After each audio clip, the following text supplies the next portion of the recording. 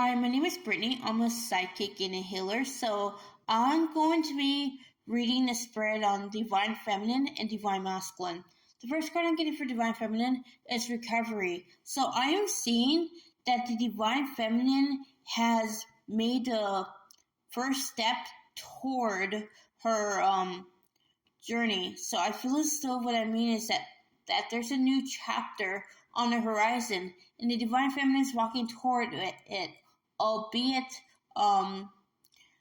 reluctantly. She feels like this is way out of her comfort zone, but she knows that she must do this. So I feel as though the Divine Feminine is following the trail the Divine has set in front of her, trusting with each step she takes that she will be closer to alignment. So I feel as though a lot of Divine Feminine's outdated habits are coming to the surface right now. She is also letting go of a lot of self-limiting beliefs, and this is causing her to grow at a fast pace. And this is a lot for the Divine Feminine.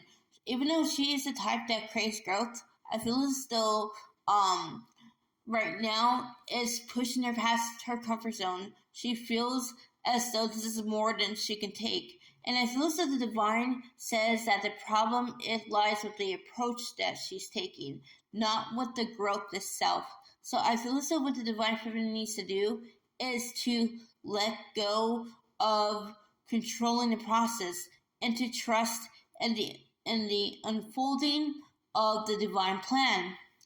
With balance, I'm seeing that the Divine Feminine is clearing a karmic depths right now between a particular situation. It is unrelated to the Divine Masculine. She may also be clearing karma with the Divine Masculine as well, but I feel as though it has to do with the fact that she is settling old karmic depths right now. She is balancing her energy. So as the Divine Feminine passes these tests, she is becoming much more in alignment with herself.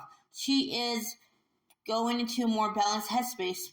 I do feel as though Mercury retrograde has the Divine Feminine a little bit uneasy right now. She is wondering if she would hit a tipping point. So the Divine reminds the Divine Feminine that how she responds to things is a choice, and she's being guided to think before she acts on impulse. So Divine Feminine must have the whole picture in front of her before she can make a decision. Instead of going off feeling, instead of going off ego, she needs to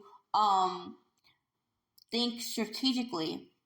With the impartiality, I am seeing that the Divine Feminine is clearing a lot of trauma in relation to discernment. So I am feeling this of Divine Feminine in the past allowed her ego to filter her message from her spirit guides. She also allowed her ego to filter her perception of the Divine Masculine. But as she's coming into this more balanced headspace, she is starting to see that perhaps she was too unnecessarily harsh. And I feel as though the Divine Feminine is being guided to do some inner child work at the moment. Because this inner child work is going to help her not only practice self-compassion, it's going to have her a lot more compassionate and understanding toward the Divine Masculine. I am also seeing that Divine Feminine is, instinct. I feel as though there's a certain situation that she's looking at that doesn't exactly have all the pieces together, but her gut is telling her that something is up. Divine Feminine must listen to that gut, because I feel as though there is a lesson in this, a lesson of self-trust, a lesson of self-worth. And I feel as though the Divine Feminine may be seeing wolves right now. I feel as though wolves are reminding the Divine Feminine of her inner strength and of how much she has already overcome in her journey. So I am seeing that she is watched over always by her ancestors. And the last card I'm getting for Divine Feminine is Gossip. So I feel as though the Divine Feminine is pulling herself out of karmic feminine energy. She is no longer tapping into the karmic energy. When I say karmic energy, I mean like holding grudges, seeking to punish someone for revenge. All of that is being transmuted right now. So the divine feminine is pulling herself out of that karmic timeline and is ascending to a much higher timeline. So she is no longer ignoring her emotions. She's no longer rejecting them. She's embracing them, and then thus she is liberating herself from the ego. That's what I get for divine feminine. The next spread is the divine masculine. The first card I'm getting for divine masculine is the moon. So I feel as though the divine masculine has been having trouble sleeping lately. Mercury retrograde has him thinking right is left and up is down. His sense of direction is skewed right now. And I do see this is for a reason. The divine is trying to get the divine masculine to stop placing so much emphasis on the 3D and to go with them right now. The divine masculine is being rather stubborn though, because he is afraid of what lurks beneath that surface. But I am feeling he's not getting much of a choice in this. He is going to be towered at some point, really soon. And I feel as though as early as April and late as June. I feel as though it's going to be really an eye-opening realization. And a lot of his fears about union are coming up.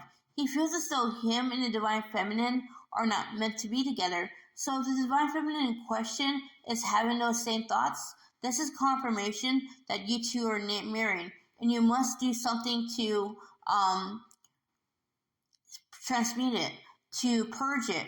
Because I feel as though this is a blockage in your connection. That's a message for someone.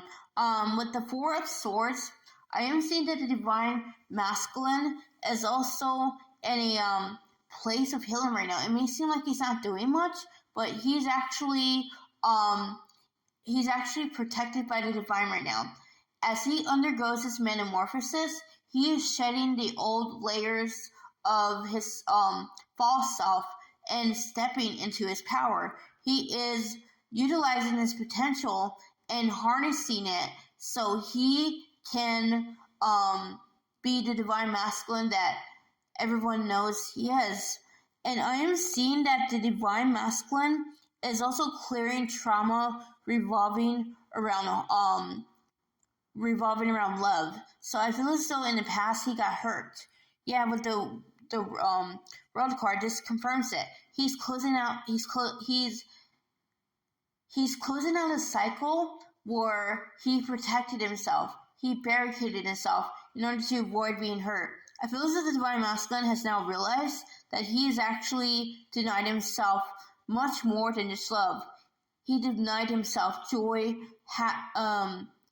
enthusiasm, wonder, imagination, and he's regretting this big time. So the divine masculine is coming home to himself. He is realizing that he needs to be himself above all.